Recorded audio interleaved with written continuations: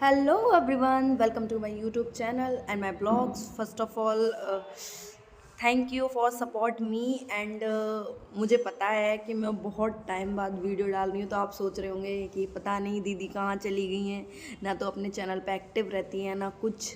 मतलब बहुत सारी चीज़ें हैं, जो इतने सारे क्वेश्चन हैं जो आप डेली डेली पूछते रहते हो, मैं किसी भी क्वेश्चन का आंसर नहीं कर पाती हूँ बिकॉज़ मेरे बहुत टाइम से एग्ज़ाम चल रहे थे, फिर उसके बाद मेरे प्रैक्टिकल भी थे और उसके जस्ट बाद प्रैक्टिकल देने के 1-2 दिन बाद अब मैं घर आ गई हूँ क्योंकि मेरी दीदी की शादी है, इसीलिए तो मैं आपके रिप्लाई भी नहीं कर पाती हूँ एंड मतलब बहुत सारी चीज़ें हैं, मैं क्वेश्चनों के आंसर भी नहीं दे पा रही हूँ, इतनी बिज़ी हूँ।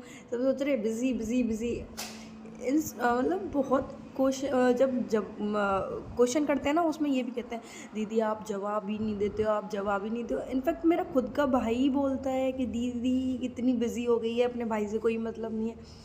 तो आप सोच सकते हो मैं अपने भाई को भी रिप्लाई नहीं दे पा रही हूँ, तो फिर मेरे पास वहाँ यूट्यूब के लिए कहाँ से ही टाइम होगा, ना पर्सनल लाइफ के लिए टाइम, ना किसी चीज़ के लिए टाइम, टाइम ही नहीं है। तो एग्ज़ाम चल रहे थे उस टाइम, इतना मतलब दिमाग पे प्रेशर रहता था ना हद से ज़्यादा कि पास होंगे कि नहीं, फर्स्ट यूनिवर्सिटी एग्ज़ाम है, उसमें क्या होगा, कितना लिखना पड़ता है, क्वेश्चन छूटते हैं या नहीं। तो मेरा लिटरली मेरा खुद का एक्सपीरियंस बता रही हूँ, क्वेश्चन छूट जाते हैं। मुझसे टाइम मैनेजमेंट इतना ज़्यादा नहीं हो पाता है क्योंकि मेरी लिखने की स्पीड इतनी ज़्यादा फास्ट नहीं है, तो मुझे इसमें प्रॉब्लम आती है, आंसर लिखने में बहुत ज़्यादा प्रॉब्लम आती है।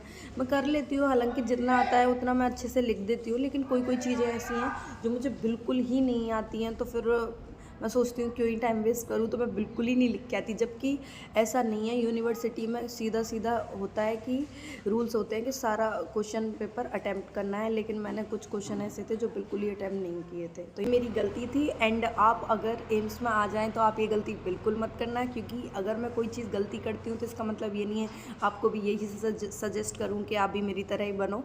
लेकिन कुछ कुछ चीज़ें हैं इंसान की जो दूसरे इंसान की हमें अपने अंदर लेनी चाहिए, अच्छी चीज़ें, बुरी चीज़ें नहीं लेनी चाहिए। जैसे कि कम टाइम में टाइम मैनेजमेंट कैसे करें, कम टाइम में कैसे हम अपना कोर्स कंप्लीट करें, बहुत सारे मेनली जो भी स्टूडेंट का क्वेश्चन है मेरे लिए सबसे ज़्यादा इम्पोर्टेंट क्वेश्चन है, दी व्हाट इज़ स्ट्रेटजी, कैसे आपने 1 महीने में किया। मैं इतनी बार बता चुकी हूँ, एक क्वेश्चन का आंसर मैं इतनी बार दे चुकी हूँ, लेकिन फिर भी इतना इनको कन्फ्यूज़न मतलब इतना कन्फ्यूज़न रहता है जिसकी कोई हद ही नहीं है। मैंने कितनी बार कह दिया, मैंने एक पर्टिकुलर वीडियो डाली हुई है इस चीज़ पे कि मैंने कैसे अपनी तैयारी की थी, लेकिन फिर भी मेन क्वेश्चन यही होता है, सिलेबस कैसे कवर किया दीदी आपने, कैसे क्या किया।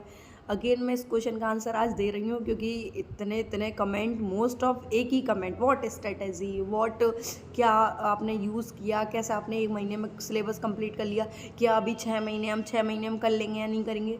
ऑब्वियसली कर सकते हो यार, 6 महीने बहुत होते हैं, बहुत का मतलब बहुत। अगर आप शुरू से ही तैयारी रखोगे ना अपनी, तो एक 6 महीने बहुत होते हैं। जैसे कि सब फर्स्ट ऑफ ऑल आपने सिलेबस कंप्लीट कर लिया, तो बोलते हैं कि दीदी सिलेबस ही कंप्लीट नहीं हो पा रहा, तो रिवीजन कहाँ से करें, रिवीजन के लिए कहाँ से टाइम मिलेगा जब सिलेबस ही कंप्लीट नहीं हो रहा है।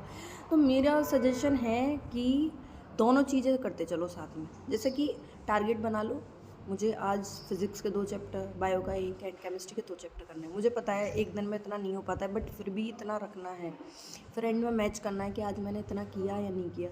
उसके अलावा कुछ कुछ चैप्टर ऐसे जो पुराने हैं, अगर तुम्हें टाइम मिल रहा है तो उनको रिवीजन करो, क्योंकि बाद में ये सोचते हैं ना रिवीजन कर लेंगे कर लेंगे कर लेंगे, वो दिन कभी नहीं आ पाता है। ये बिल्कुल सोचते हैं आपने कौन सी सीरीज़ ज्वाइन की, तो मैंने बहुत सारी सीरीज़ थी, फाइटर सीरीज़, रफ्तार सीरीज़, जीएस प्लेनेट की। तो आप एक काम कर सकते हैं, दोनों चीज़ कवर हो सकती है, आपका रिवीजन भी हो जाएगा और आपके मतलब सिलेबस भी कवर हो जाएगा। तो ये है कि सीरीज़ आती है कम से कम 4 से 5 घंटे की, उसमें हमारी physics, chemistry, biology and GK question everything कराए जाते हैं। डेली का होता है, day 33, sorry I am sorry, मतलब डे 30 की सीरीज़ होती है, पूरे 1 मंथ की सीरीज़ होती है। उसमें आपने पहले तो जो वो क्वेश्चन लगवा रहे हैं उनको करो, एंड वो कुछ क्वेश्चन अलग से करने के लिए भी देते हैं, तो वो भी देखने हैं। एंड उनकी वीडियो भी हैं पर्टिकुलर चैप्टर चैप्टर पर, total organic chemistry in 1 day, total organic chemistry in 1 day, inorganic 1 day, physical chemistry, physics, biology 1 series, ऐसे बहुत सारी हैं। तो उन्हें देखो, उन्हें करो। जब तक आप यूट्यूब पे नहीं खोजने लगोगे ना, जब तक आपको नहीं पता चलेगा कि सिलेबस क्या है, स्ट्रेटजी क्या रखनी है, उसको करो।